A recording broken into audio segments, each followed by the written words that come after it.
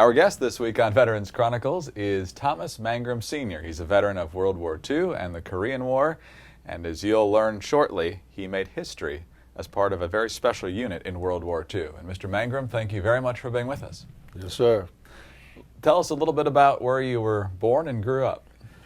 I was born in a place called Lewisburg, North Carolina, and I was raised up in Newport News, Virginia. Did you have much of a military history in your family?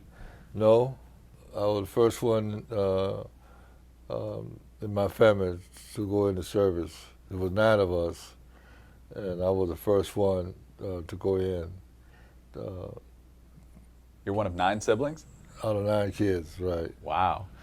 And how old were you when you joined? Well, I can't remember. I was 16 and a half or 17.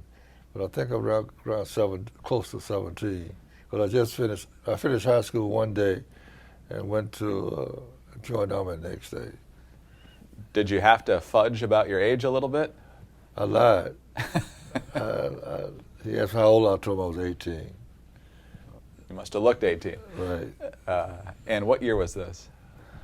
I think it was 43. 1943. Yeah, in 43, I think it was. So you joined the Army, and where did they send you for training? Well, I went to Fort Jackson to train to get my uniform and everything, and I had to take a test, and I took a test and made such a high score on code, and they called me back again, made me take the test over again, and I made 200. And they want to know where I learned code. And I told them that in the back of me where I was living, the guy, he was in the World War I, and he had a code machine. And he taught me code, and I was in the Boy Scout, and we used to take a tin can and beat on it and send code. And that's why I learned code. And they didn't send me to get basic training. They sent me direct to school for code and radio repairman. And after that, they sent me to radar school. And then after that, my outfit had gone overseas, and then they sent me overseas with an outfit with a truck, trucking company. Okay. I'd have been in all these schools, and I was just in the barracks there, so they sent me there. They sent me to my outfit. So when I got in England, one day I was sitting on the side of the truck, and this colonel came up and asked for Corporal Mangrum, and that was me. So you in the wrong outfit. You're supposed to be in 761 Tank Battalion. So I met them right in France, in the Battle of the Bulge there. And then I was 761st all the time, and I was the code and radio man. And I was in charge of it. The guy that was been with 761st quite a while was sick. He was about 40. He'd been in the Army a long time. And he sent him home, and I took his place. And then I had to train a lot of guys in there how to repair radios. And I couldn't teach them the code, because when you go to code school, you had to sign a piece of paper that you don't tell nobody, teach nobody that. So I also had a pill to take in case the German caught me, because I was top secret, and I had to sign a paper that that I won't involve with nobody with the code or tell anybody a secret that I know. Very important. The coders were definitely right. A very secretive unit. Right. You mentioned the 761st, and obviously that unit made history as the first black tank unit to see combat in Europe. And talk a little bit about your attitude and your impression of the military when you joined the service, because it was segregated at that time. Right. Well, I was glad to go in the Army because I didn't have the right shoe. I had but one pair of shoes, and I didn't have a lot of clothes. My dad couldn't afford a lot of things, and when I was in high school, I had to work to buy my own clothes, and I loved it. I loved it. And another thing that most of the men in that outfit was older than I was. Most of them, see, I came in as a replacement, and most of them was 35 and 40 years old. And here I'm a little 17-year-old fellow with a bunch of old men.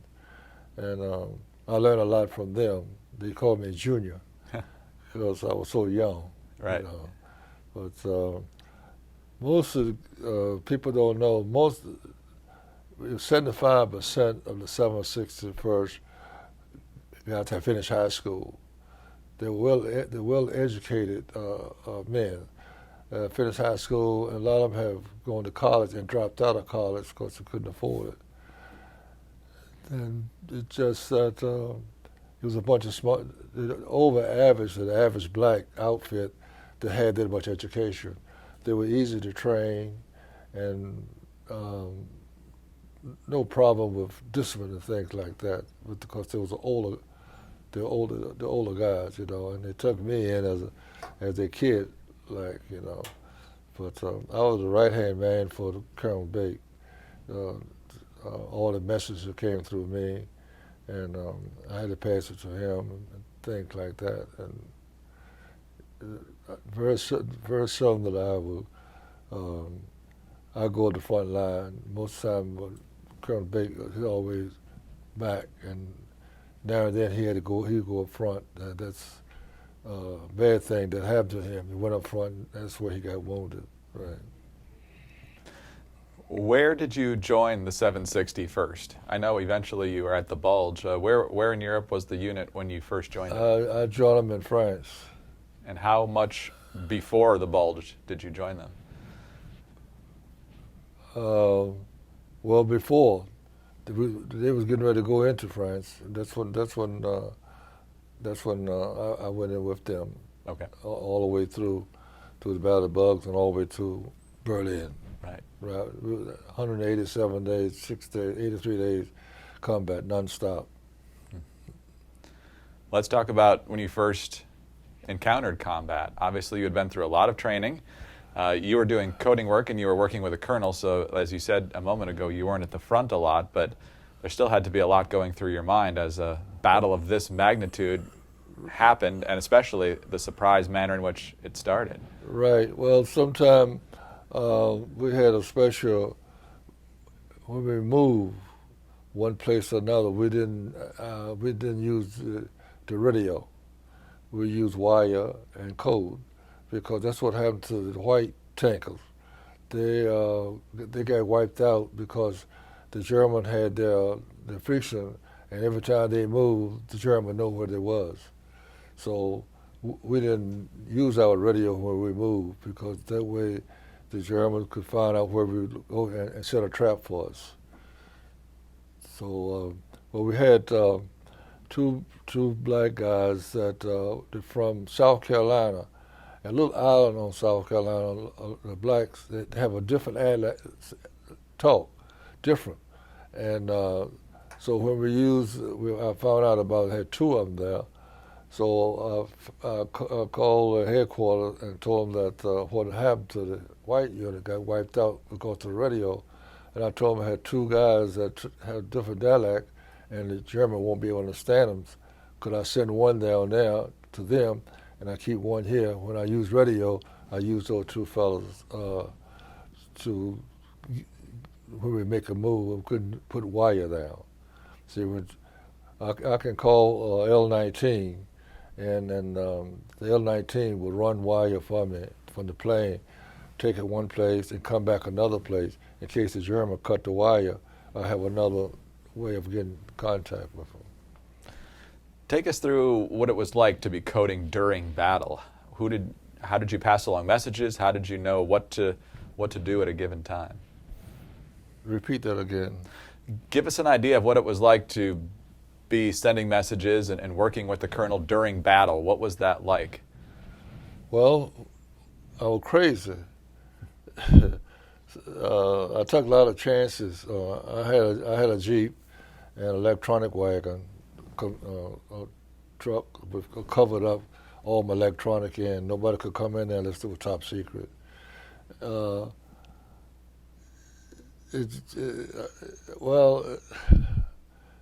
it's a funny thing. When you're in combat, you go crazy. You know, you see your men dying, and you're anxious to get a payback. And we just try to pay back, you know, and it just is a miserable thing to be in combat and see your men, the German hit our tanks, and the men try to get out, and they would get burnt. Some of them couldn't get out. The driver had a hard time get out. The guy that do the fine could get out first. The driver hits the last one to get out. And 9 out of 10, when the German hit our tank, the driver most of them get killed or get burnt out. We lost 34 men during the whole combat thing, and they're buried in Germany. We're speaking with United States Army World War II and Korea veteran Thomas Mangrum Sr. We'll be right back on Veterans Chronicles. Welcome back to Veterans Chronicles. I'm Greg Columbus, honored to be joined today at the 2015 American Veterans Center Conference by Thomas Mangrum Sr. He's a veteran of World War II and the Korean War. And sir, we were just talking about what it was like to be coding and in the midst of one of the fiercest battles of World War II at the Bulge. And you mentioned, unfortunately, the casualties that the 761st took at that time. Describe, if you can, the condition of the unit once the Bulge had finally ended. Repeat that again. What was the status of the unit after the Bulge? Did you feel relieved? Did you feel decimated to some extent? What was the mood inside the unit? Well, inside the unit, a lot of guys was wondering when the war, you know, what they're going to do when the war is over. Started talking about that and go to town, send us to town, take a town, things like that. And you mean after the war ended? I'm talking about after the Bulge. Oh, after the Bulge. Just after the Bulge. Oh, after the Bulge, we was more experienced, and we learned more about the German tricks after Bulge, and we found out that they will give up much quicker after Bulge. They will give up much quicker, and all they wanted was something to eat and cigarettes, and we used cigarettes to get information from them. And after we had I don't know, he was a warrant officer, and his job was to interview him and get information from him, and then we called the MPs to pick him up and take him to the prison camp. And a lot of places like Grafenberg, Germany, we let out a lot of Jews, people there, nothing but bones. We let them out and try to help them get themselves out. And then we move on to another town. Penn move us to another town, and the Germans they heard about us. The Black Panthers they heard about us. And, we had the German had a lot of respect for us for some reason. They when we catch us as a prison, they try to convert us over to the German, while we blacks fight a war like that, and we what we do in the state, nobody, you know, things we couldn't do in the state, things like that. And after the war was over, I didn't have enough points to come home. The first guy, the guy that come home first was the guy that was married and had so many battle stars. They came home first. Then last, the second guy could come home, but we didn't know when we were gonna come home. So a lot of us younger guys that came in the replacement, we re-enlist for 1 year. 1 year, and we know we could come home then. But I was sent to, I was sent up to Berlin to the prisoners at court. I was sent in to record what the Germans were saying while I was in court. I did that for 8 months, and then I came home. You mentioned something very interesting about the work you did during the Bulge, and I just want to ask if the Army recognized that and maybe changed their policy. You were talking about how you refused to use the radio because the Germans could intercept it and trick our troops into various things. The fact that you avoided that through your methods of not using the radio, was that something the Army then adopted going forward as a way to make sure that the enemy did not get our plans? No, I did it myself. I made a decision myself. I know that, but did they see the wisdom in that after you had done that and changed their general policy? Well, I don't know what other outfit did, but that's what I did. You know. Exactly. Right. That's what I did. And when did you finally come home? 1946. 1946. Came in 1946, because I re-enlisted for 1 year to stay over there because I didn't have enough points, and I was afraid that we heard that we were going to occupy Germany for quite a few years, and I didn't think that we would be able. They didn't know when we were going to come home, so 5 or 6 of us re-enlist for younger guys. Re-enlist for 1 year, and we hope that way we know we could come home. So after we got rid of all the tanks and things like that, some of them went to Munich to build a radio station there, and 2 of us were sent to Berlin to do the tape recording of the Germans. They were going to court. At Nuremberg. Right. So after 8 months, I trained another guy to come in to do what we were doing, and I came home. What was your feeling when you came home, both in terms of what you had done for your country and what you had done as part of a historic unit with the 761st? I was pissed off. We got on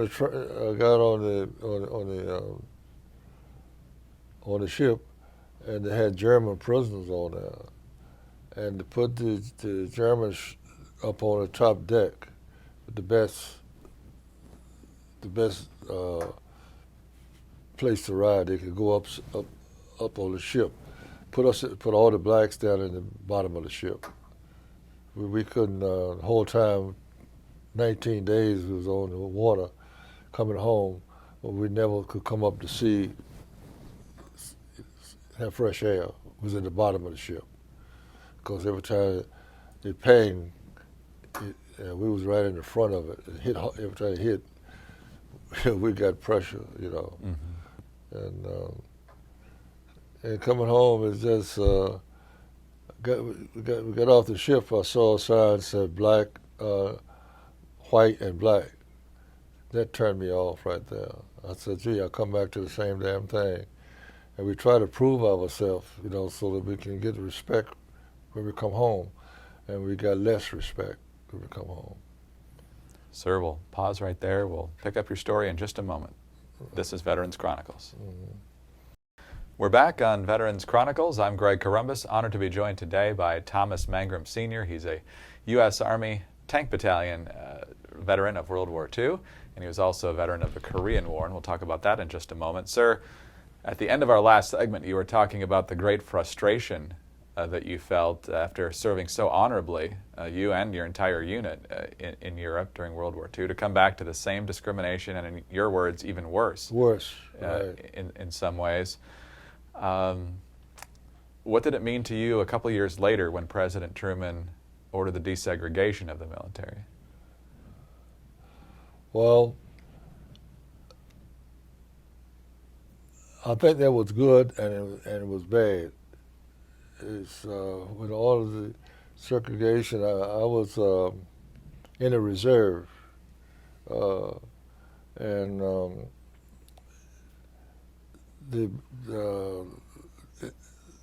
the blacks will be the last one to get promoted before your commander will promote you on your good deed and everything. But when they integrate the army, the white got there, and the white got the promotion first.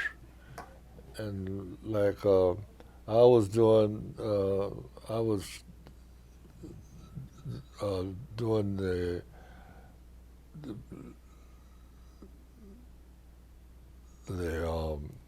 communication and things like that, but they had put a white sergeant over top of me, and I did all the work and he didn't do nothing. And that way they blocked me from making tech sergeant.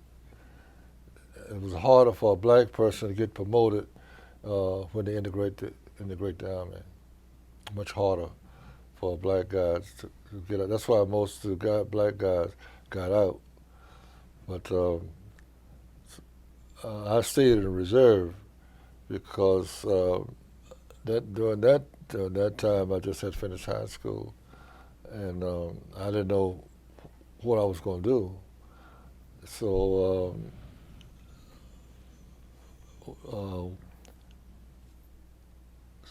so if I stayed in the reserve, I was staff sergeant.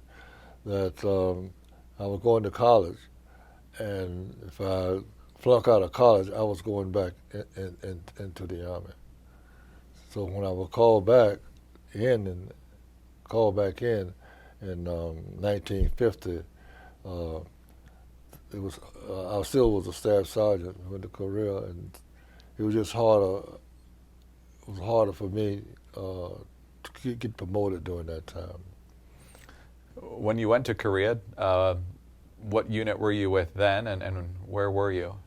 I wasn't with I went to with the school here in Washington, security secret thing, and it was 12 of us went over there to.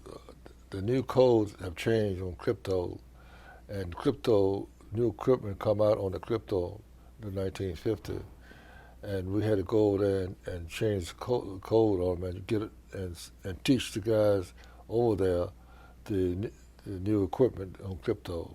We only supposed to have been there a year, but we couldn't come back because during that time you was in a position you had to have a replacement before you leave. So it was hard to get a replacement for us because we had in code and crypto, and they just hadn't trained enough of us to do it. So that's the main reason I was called back in 1950, because the code and crypto, which I'm not supposed to talk about. Was it essentially the same technology as just a few years ago in World War II, or had there been some upgrades in those years? They did a lot of upgrades in 1950. Like all the radios they had during World War II, if you were down in the mountains here and a mountain on the side here and another mountain over there, it was hard for you to get out on your radio. The new radios to come out could get right above the mountain, because to change from tubes to transistors and things like that, so you get much further out with the new radios. Would come out in 1950. What impact did you hear that made in Korea? Did the ability to improve and make sure that there was a steady line of communications Did it make a big difference in terms of coordinating troop movements and battle Yes, plans? made a big difference. And another thing that the code and the models of things that we send message in were different, much easier and much quicker, and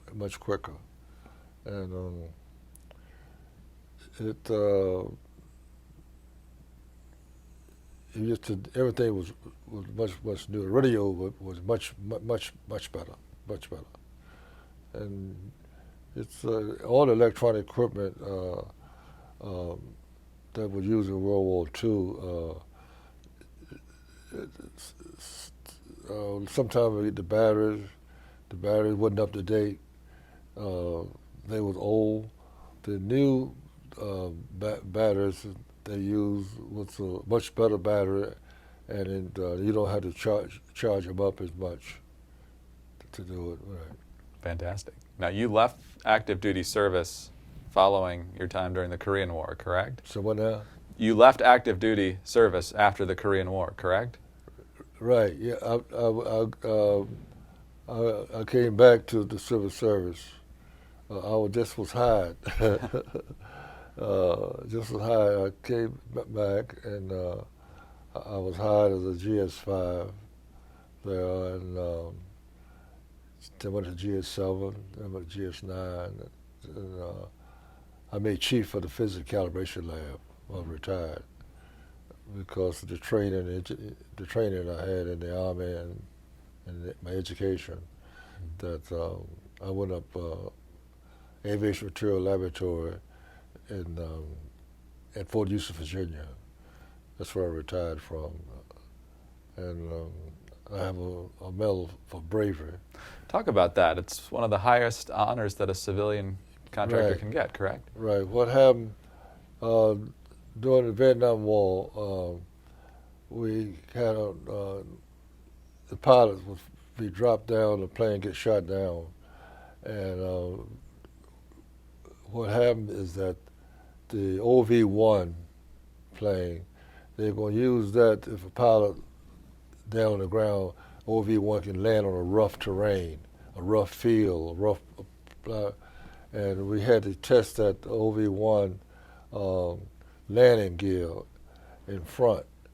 The landing gear was in front there when it hit the ground. So what happened, that landing gear, we had made a new landing gear and put strain gauges on it.